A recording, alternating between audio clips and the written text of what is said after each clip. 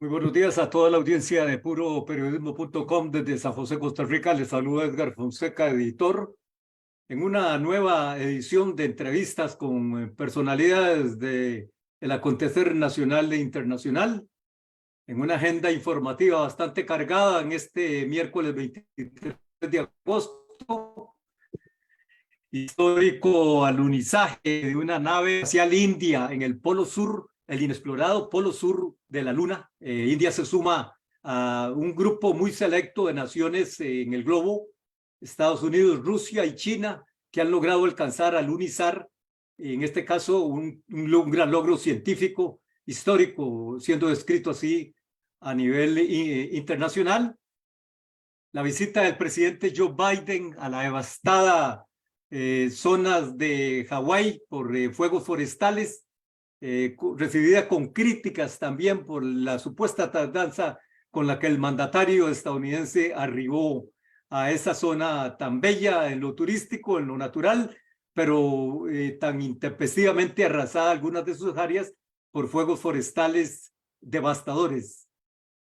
Y en las próximas horas la definición de si hay arresto o no del expresidente Donald Trump en los cargos de incitación al fraude electoral tras las elecciones de 2020.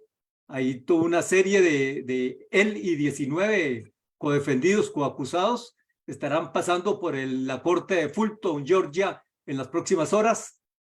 Esas y otras informaciones del acontecer internacional usted las puede seguir desde puroperiodismo.com en San José, Costa Rica. Por supuesto, el acontecer nacional y regional. El reacomodo político regional que se está dando en Latinoamérica tras recientes resultados electorales.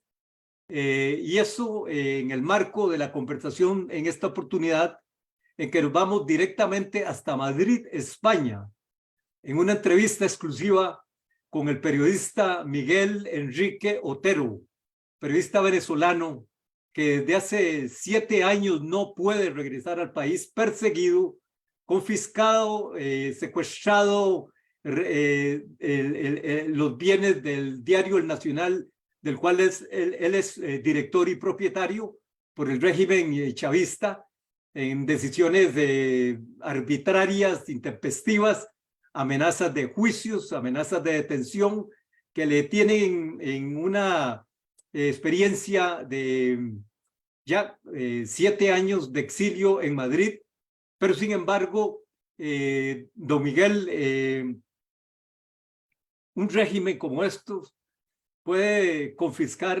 secuestrar, arrasar libertades, derechos, pero yo creo que no confisca, como en el caso suyo, el alma de periodista. Muy buenas, don Miguel.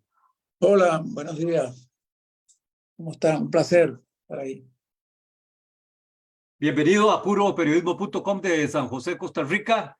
La presentación del periodista Miguel Enrique Otero, quien a pesar de la franja del exilio que vive en estos momentos desde Madrid, sigue los acontecimientos de la región con particular minuciosidad, con particular e incisivo análisis sobre la evolución de acontecimientos, de momentos institucionales, políticos, económicos que se viven en la región latinoamericana. Más recientemente, y quizá una de las razones particulares de la invitación a esta conversación hasta Madrid, es un análisis suyo en el cual recientemente advertía que el mayor desafío que está enfrentando Latinoamérica en este momento es la amenaza del narcotráfico, la amenaza del crimen organizado con el objetivo claro de tomar el poder, el asesinato del candidato presidencial Fernando Villavicencio en Ecuador,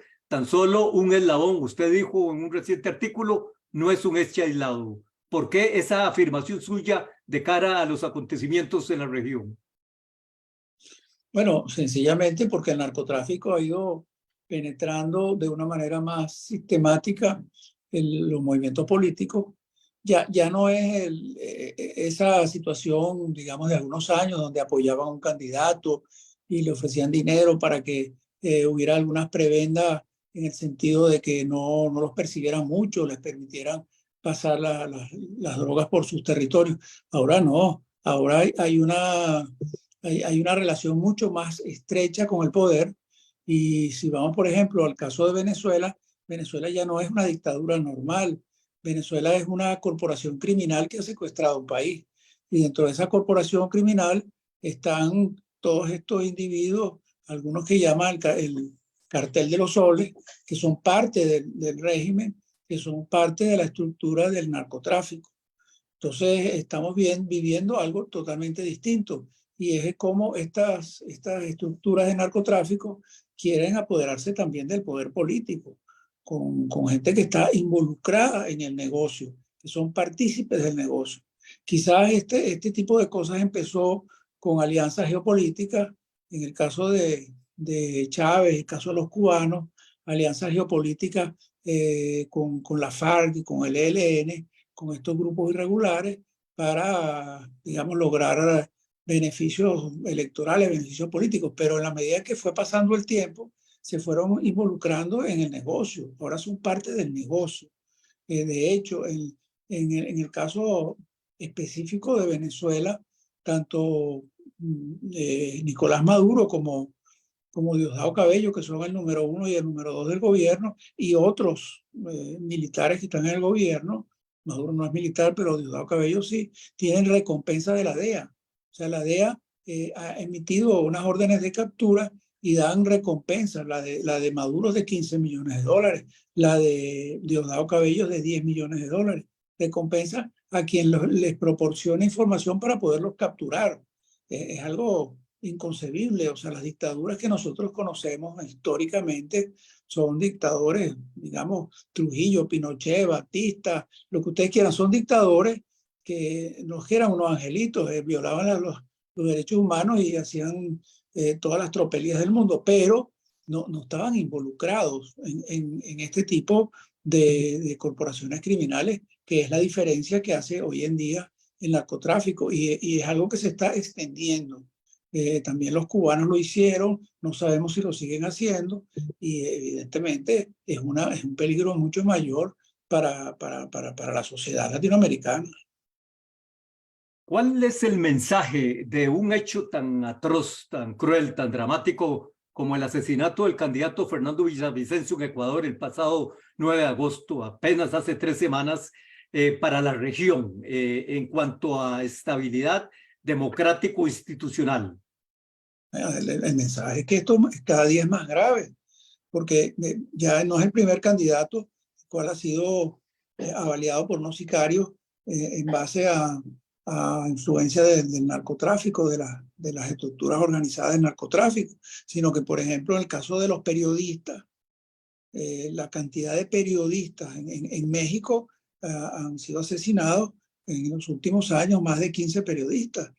Son periodistas que han hecho denuncias sobre el narcotráfico. Este candidato en Ecuador había hecho denuncias sobre el narcotráfico, había, digamos, enunciado vinculaciones de políticos ecuatorianos con otros políticos en Colombia que tienen vinculaciones con el narcotráfico. O sea, el narcotráfico va primero contra todos aquellos que les ponen en peligro su existencia a través de la denuncia.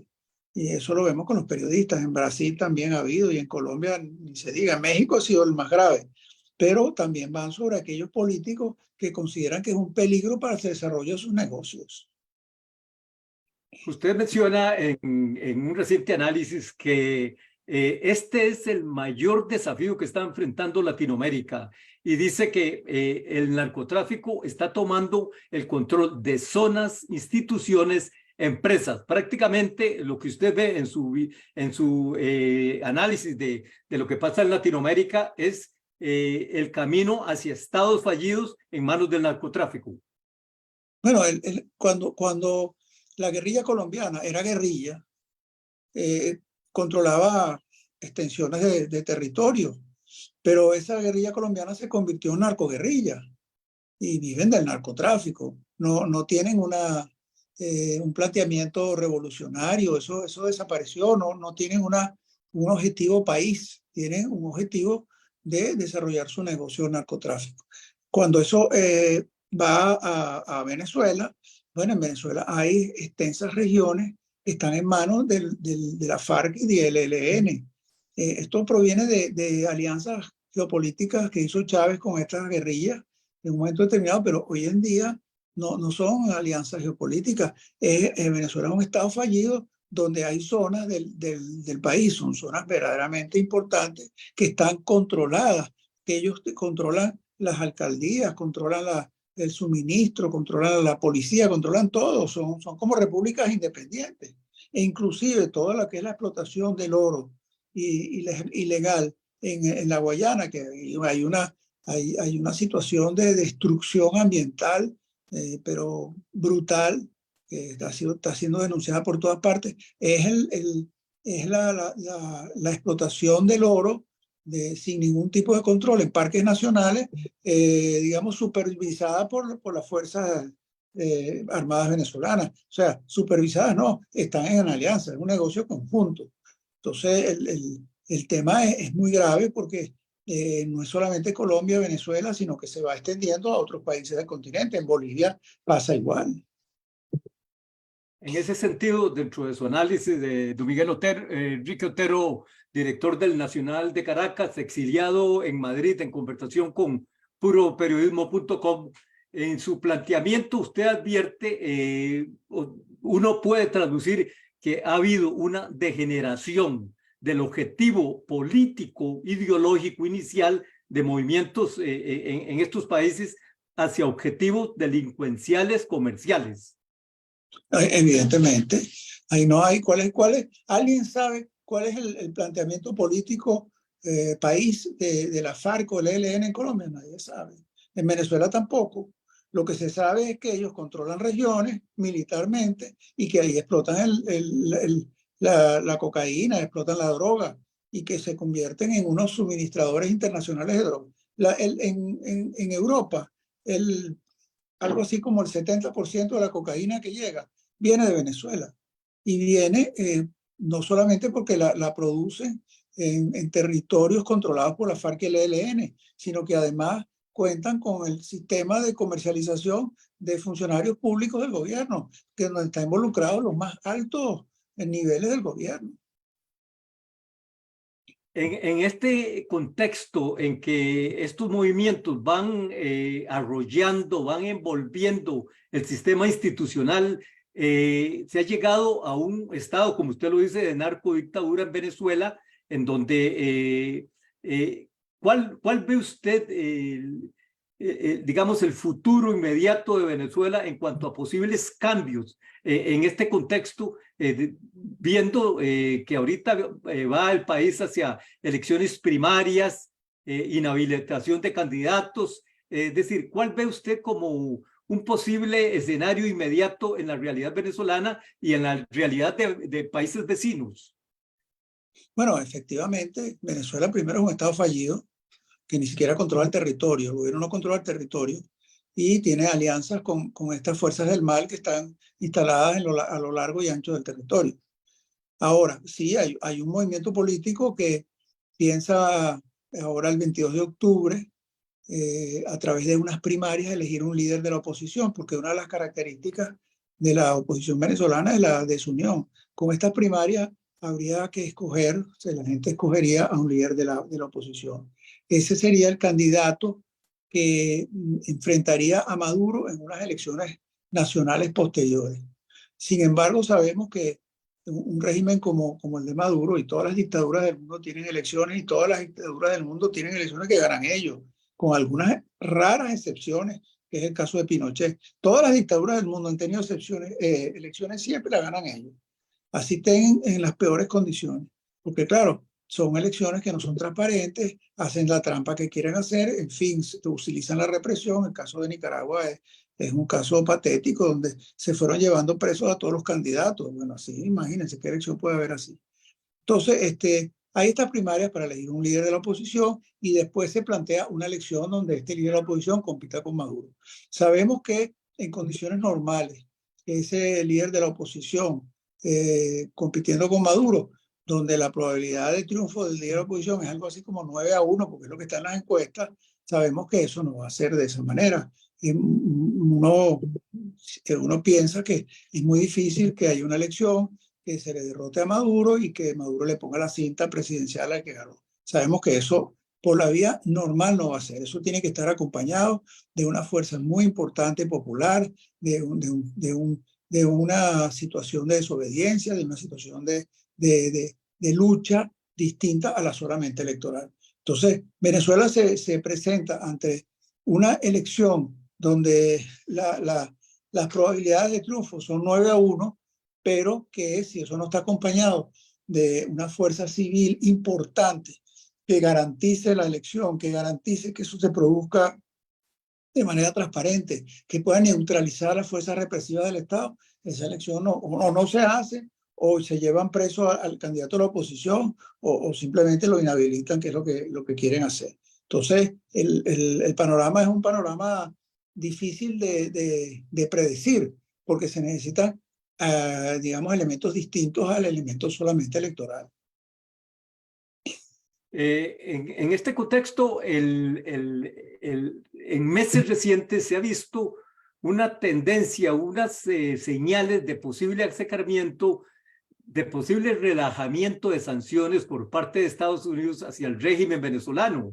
Incluso se está hablando del envío o de la apertura de una línea de $3.000 millones en asistencia humanitaria. También se está hablando de ciertos relajamientos en la materia petrolera. ¿Cómo ve usted, bajo su experiencia, bajo su óptica, estos acercamientos de la administración norteamericana con la administración, con el régimen chavista madurista y las posibilidades de que haya una respuesta real, práctica, palpable de retorno a libertades perdidas en estos momentos en la realidad política e institucional de Venezuela? Efectivamente, ha habido un retroceso en la rigidez de las sanciones. Estados Unidos ha considerado pertinente que se pueda comprar más petróleo de Venezuela, aunque la producción petrolera de Venezuela no sube por encima de 700.000 barriles diarios. Cuando llegó Chávez al poder tenía 3 millones y podría tener muchísimos más porque Venezuela tiene las reservas de petróleo más grandes del mundo. Pero es una flexibilización relativa. Está el caso de Chevron, que se le ha permitido exportar petróleo y Chevron también está cobrando una deuda, se han logrado eso. Y hay esa discusión permanente sobre flexibilizar sanciones o no flexibilizar sanciones. Nunca ha estado planteado levantar sanciones, porque además muchas de las sanciones son sanciones a título personal, son sanciones a individuos que han violado derechos humanos, que han tenido acciones de blanqueo de capitales muy específicas y que están siendo, digamos, indiciados por estos países. Claro, el tema de sanciones económicas, en el cual hay una gran discusión, porque muchos dicen que esas sanciones no producen que el régimen cambie, más bien lo que hace es que afectan a la población.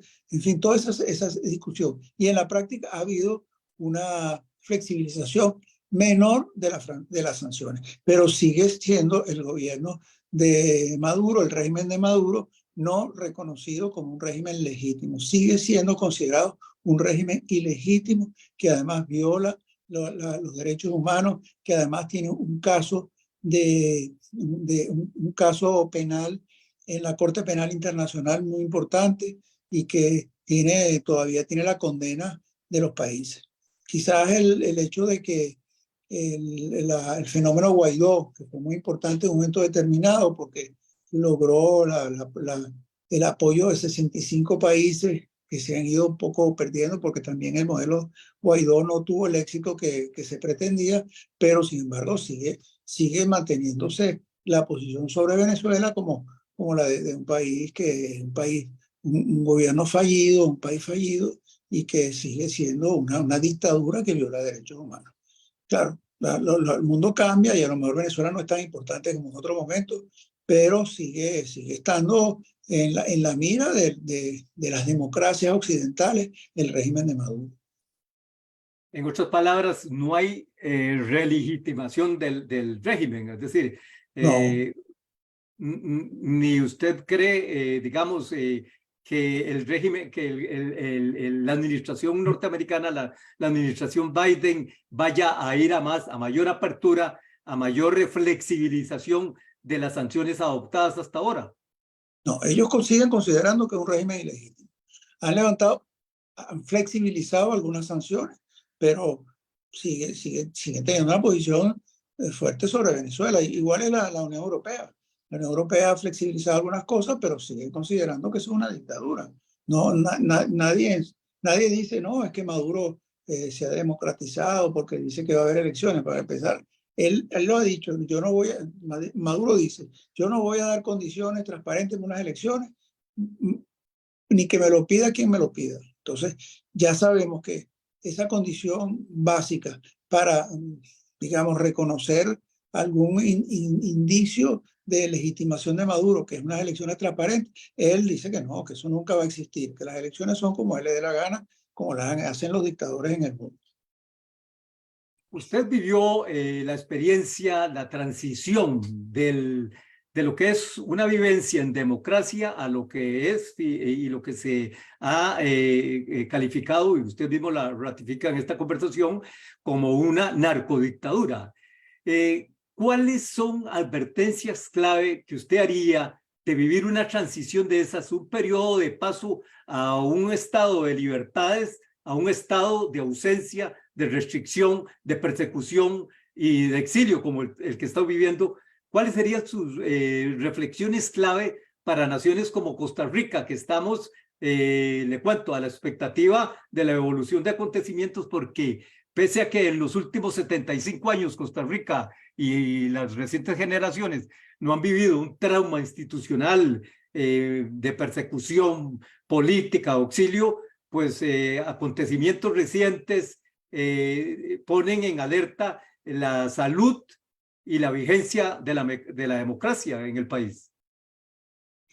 Bueno, el caso de Venezuela es único, porque dictaduras ha habido muchas. En Centroamérica ha habido muchísimas, y en América Latina y en el mundo entero.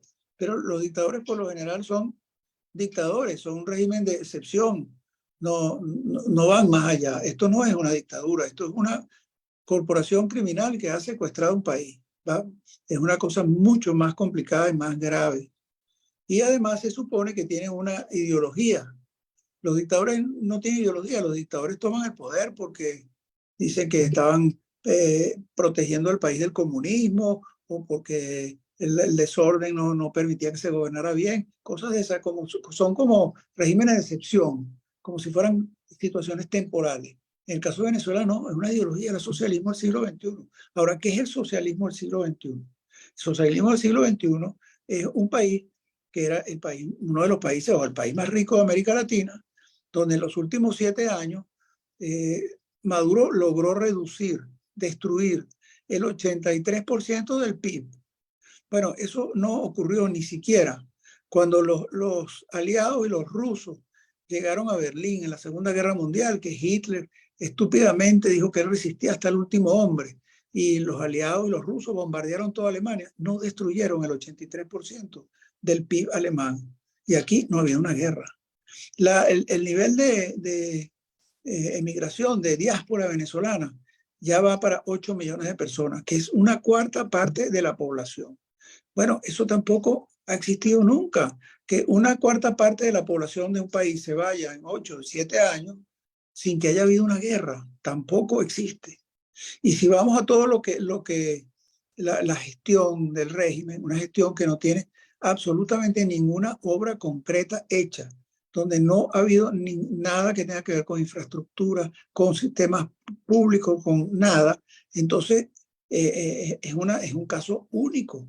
Y además es una dictadura terrible que tiene centenares de presos políticos y que su consigna, que es el socialismo del siglo XXI, ha llevado a que el 92% de la población vive por debajo del nivel de pobreza, de esos el 75% pobreza crítica, y los los líderes del régimen, los jefes del régimen, viven con unas fortunas increíbles, centenares, decenas de millones de dólares cada uno. O sea, es regresar a la Edad Media. O sea, Venezuela no es que regresó al siglo XX, a un régimen comunista como Stalin. No.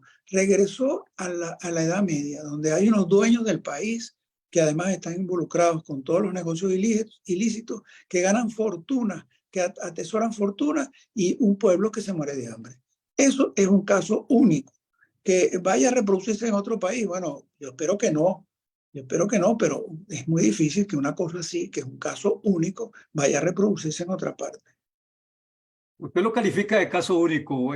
Conversación con el periodista Miguel Enrique Otero de Venezuela, director del Nacional, director y propietario del Nacional, perseguido, exilado en Madrid, con el periódico confiscado, tomadas las instalaciones robadas prácticamente por el régimen maurista, y de la noche a la mañana, sin tener tiempo de defenderse, y prácticamente, si no me equivoco, usted estaba en el exterior cuando esto pasó en 2015, sin poder regresar al país, perdidas todas esas, pues todos esos bienes en cuanto a material, pero en paralelo la pérdida de todos los derechos constitucionales, institucionales y civiles, de todas sus libertades como ciudadano. De ello, estos 7 ya largos años de exilio. Pero esto no se produce en el vacío, a pesar de que usted dice que es un caso único. Es que tiene que venirse dando algún grado de degeneración en el sistema, en el entorno, en el ambiente, hasta llegar a facilitar el arribo de un régimen como este. Y se lo pregunto porque en Latinoamérica en estos momentos hay sorpresa ante resultados electorales que de un momento a otro colocan a figuras que lo primero que hacen es atacar la Constitución. ¿Cómo analiza usted esa evolución que se ha dado, tanto en Venezuela como en otras latitudes, y los riesgos para la democracia latinoamericana? La verdad es que Chávez no llegó al poder con este modelo del socialismo del siglo XXI. Su modelo de país era la tercera vía de Blair, capitalismo humanista. No tenía relación con Cuba, básicamente. De hecho, cuando él intentó un golpe de Estado en el 92, el primer país que lo condenó fue Cuba, fue Fidel Castro. Entonces, la manera como él llega, no llega dentro de las reglas de la democracia, y electoralmente además gana limpiamente su primera elección. El problema es cuando dentro de estos individuos populistas entra, digamos, el veneno de mantenerse en el poder toda la vida y de pretender ser, ser una identificación con el pueblo. O sea, el pueblo es él, y quien lo ataca a él está atacando al pueblo. Entonces se convierte en un autoritario. Y el modelo que empieza a desarrollar es un modelo estatista, es un modelo destructivo, es un modelo que conduce a la ruina que está en Venezuela hoy en día. Entonces, estos regímenes son unos regímenes que entran utilizando las reglas de la democracia burguesa. O sea, ¿qué quiero decir con eso? Dentro de eso, uno de los objetivos primordiales al principio fue la Asamblea Constituyente. ¿Por qué la Asamblea Constituyente? No por hacer una constitución comunista, porque la constitución que hizo era una constitución, digamos, plural, capitalista, poco confusa, pero una constitución con la que se puede trabajar, vamos a ponerlo en esos términos.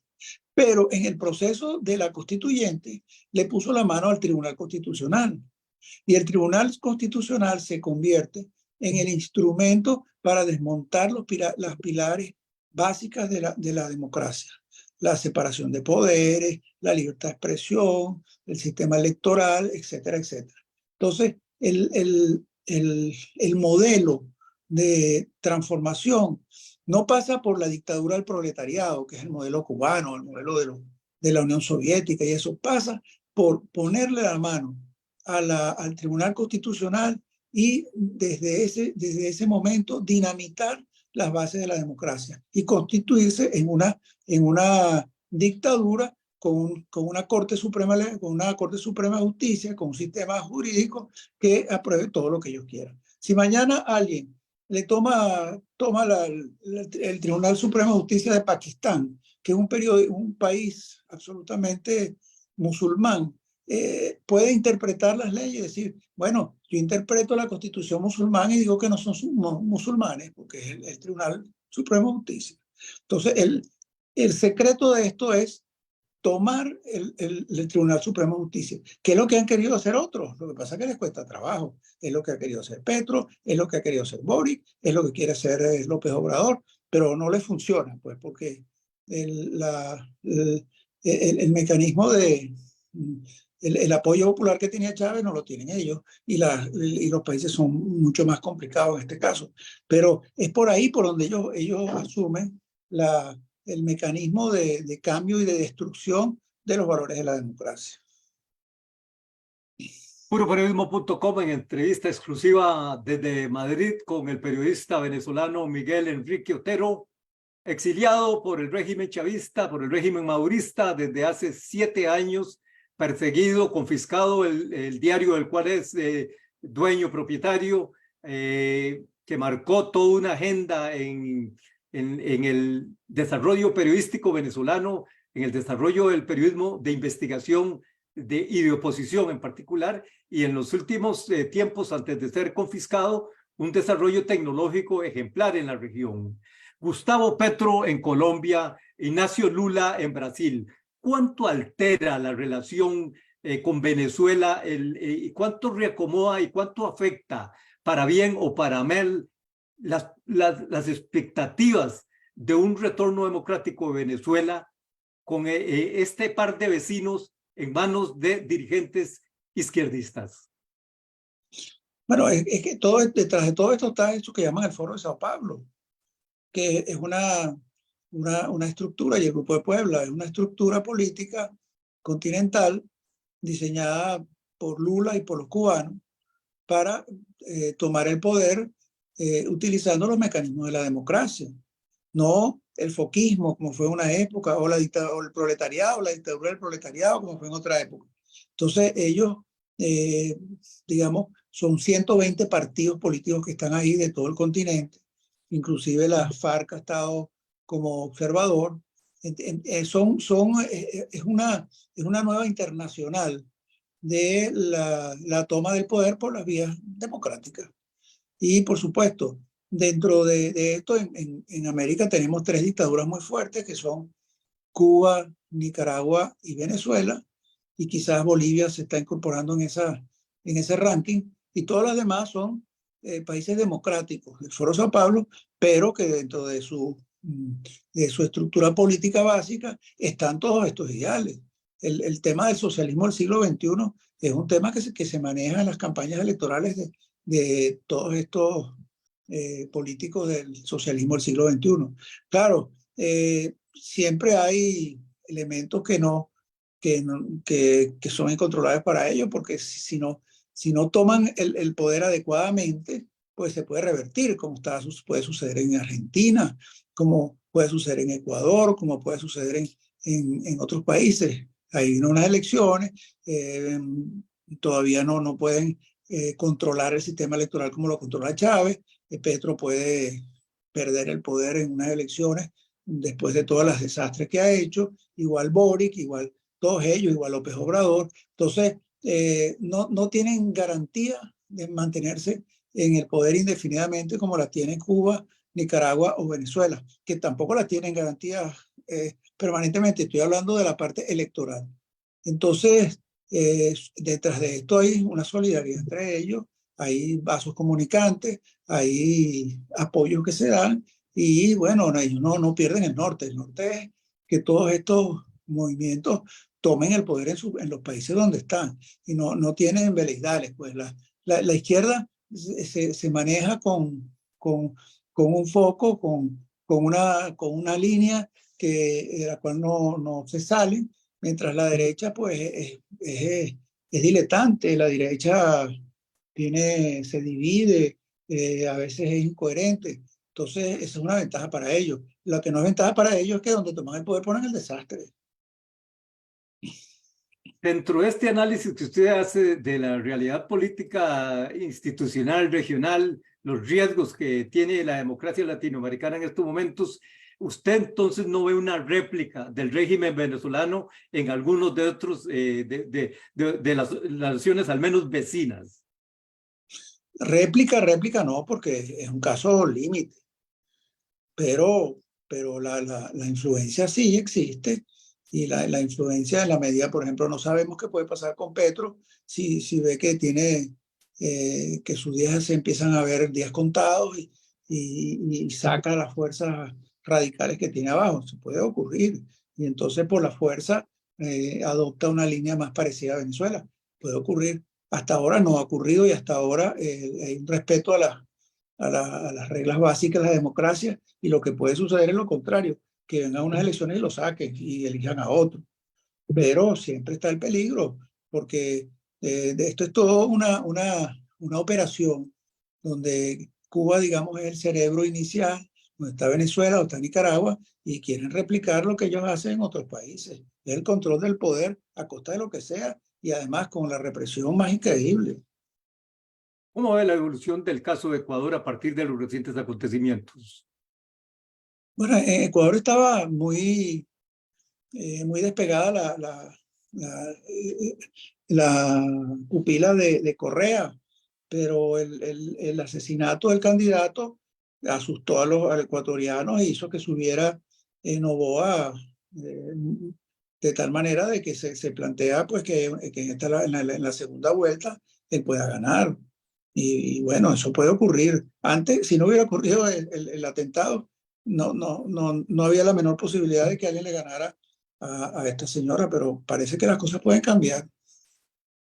Y el caso que ha llamado la atención en los últimos meses del régimen de Bukele en El Salvador, generando toda una tensión internacional por la represión contra las pandillas, el encarcelamiento de más de 60,000 personas sospechosas de delincuencia, pero bajo groseras violaciones a derechos humanos.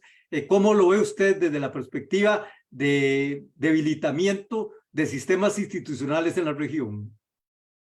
Bueno, la verdad es que hay una proliferación de candidatos disruptivos que no entran dentro de lo que es políticamente correcto, y que terminan haciendo cosas que se salen un poco de las líneas de la democracia usual. En el caso de El Salvador, si bien es cierto que Bukele ha logrado una popularidad gigantesca porque ha controlado el peor mal que tenían los salvadoreños, que eran las pandillas, que era la delincuencia, la inseguridad, pues evidentemente las políticas que él desarrolló para acabar con aquello son unas políticas que en un momento determinado se salen del Estado de Derecho.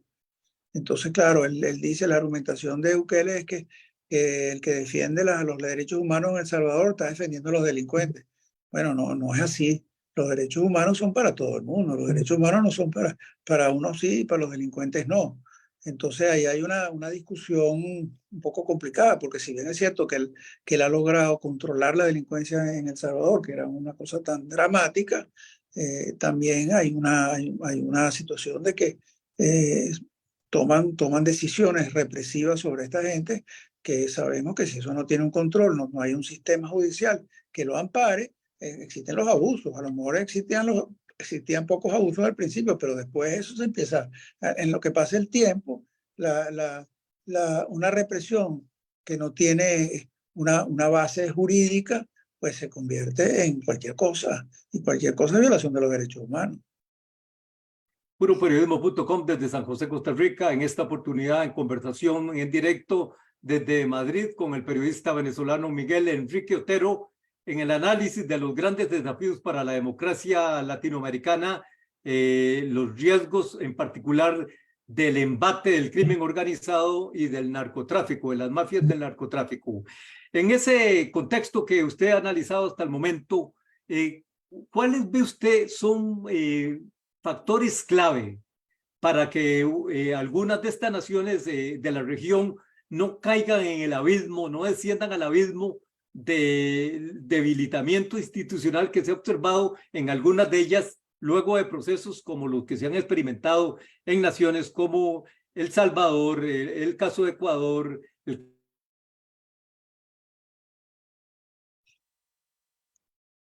¿Estás ahí? No te escucho. Bueno, no sé si me escuchas, pero en todo caso creo que hay tiene que haber un reagrupamiento importante de los sectores democráticos, de los sectores de derecha. La derecha eh, ha tenido problemas en poder conectarse con la gente, porque, por ejemplo, no hay derecho que existiendo 2 millones de venezolanos de la diáspora venezolana en Colombia, que le cuentan a quien quiera que quiera oírlo lo que ha sucedido en Venezuela, voten por un candidato que tiene el socialismo del siglo XXI como uno de su base programática. Eso no se comprende muy bien. Entonces, ahí lo que está detrás de eso es una falta de calidad o de funcionamiento, de conexión del discurso de la derecha y del discurso de aquellas fuerzas democráticas que deben unirse y deben plantearse por encima de sus intereses personales, una manera de atacar este problema mucho más conscientemente y más coherentemente, porque si no lo hacen vamos a seguir teniendo todos estos regímenes en América Latina. Entramos en la recta final de esta conversación con el periodista venezolano Miguel Enrique Otero, director y propietario del Nacional de Caracas, confiscado este medio desde hace 7 años por el régimen chavista y causando el alejamiento, el exilio del país de dicho periodista. De la visualización que usted hace de los riesgos para la democracia en la región, ¿cuál sería una recomendación a esa ciudadanía que a veces entra en grados de descontento particular sobre el sistema, sobre el entorno, sobre los políticos, antes de caer, a dar un paso hacia el abismo que se ha visto en algunas de estas naciones? Bueno, el peor enemigo de esto es la desesperanza y la inanexión, quedarse paralizado o no creer en nadie. Aquí esta gente avanza, estos regímenes populistas avanzan y ellos utilizan ese tipo de sentimientos que se desarrollan en la población para paralizarla. Ellos utilizan esos sentimientos. Entonces hay que luchar contra eso y hay que tratar de organizarse y de pensar un poco qué es lo que sucede si la gente no participa. Todo el mundo tiene que participar.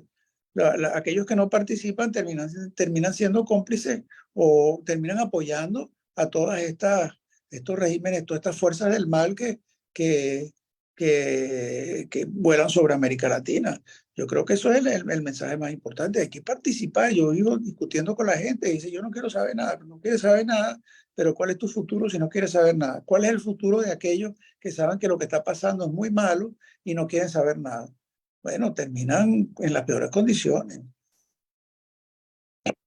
Don Miguel, muchísimas gracias por la atención a esta Quería entrevista. aclarar, como tú dices que nos han confiscado todo, bueno, sí, nos han confiscado y todo eso, pero tenemos una página web que es muy poderosa, que es el nacional.com. Nosotros seguimos haciendo noticias, no nos censuramos, estamos denunciando permanentemente todo lo que sucede en Venezuela y en América Latina en el nacional.com. Eso existe. Donde no existe es el periódico impreso en Venezuela, porque nos quitaron las instalaciones para no poder hacer un periódico impreso.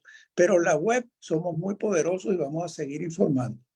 Y llegará el momento donde nosotros pondremos en la web: regresó la democracia a Venezuela. Esperemos que eso sea un titular lo más pronto posible dentro de su vasta carrera, de la cual admiro y respeto como profesional distinguido y reconocido en la región.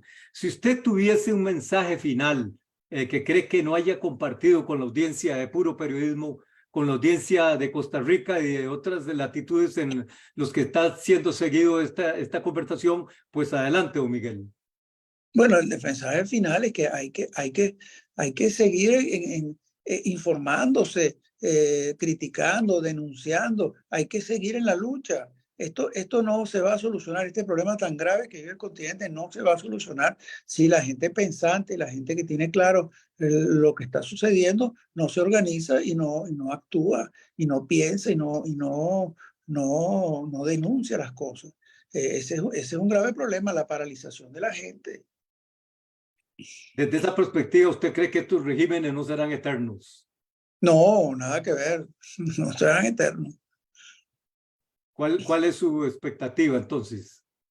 Mi expectativa es que todo irá cambiando, porque hay una realidad que el mundo va hacia adelante, el mundo no va hacia atrás. Esto es un impasse, una situación, yo diría temporal. O sea, el mundo nosotros regresaremos a lo que nos corresponde.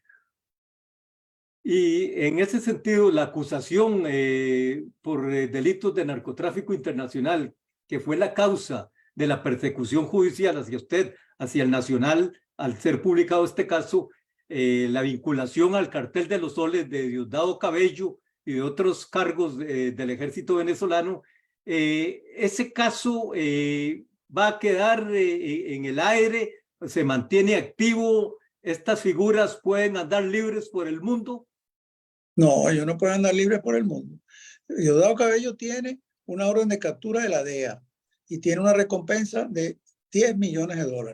Él no puede andar por el mundo. Él puede andar, está protegido, en Venezuela está protegido, ahí no lo van a hacer nada. Pero él no puede ir a Panamá, él no puede ir a Santo Domingo, él no puede ir a México, no puede ir a ninguna parte. O sea, en el momento que además el régimen, y eso lo saben, por eso se defienden como se defienden y por eso se atrincheran. En el momento en que ellos sean vulnerables a los organismos policiales mundiales, pues en ese momento ellos los atrapan. Ellos no tienen salvación.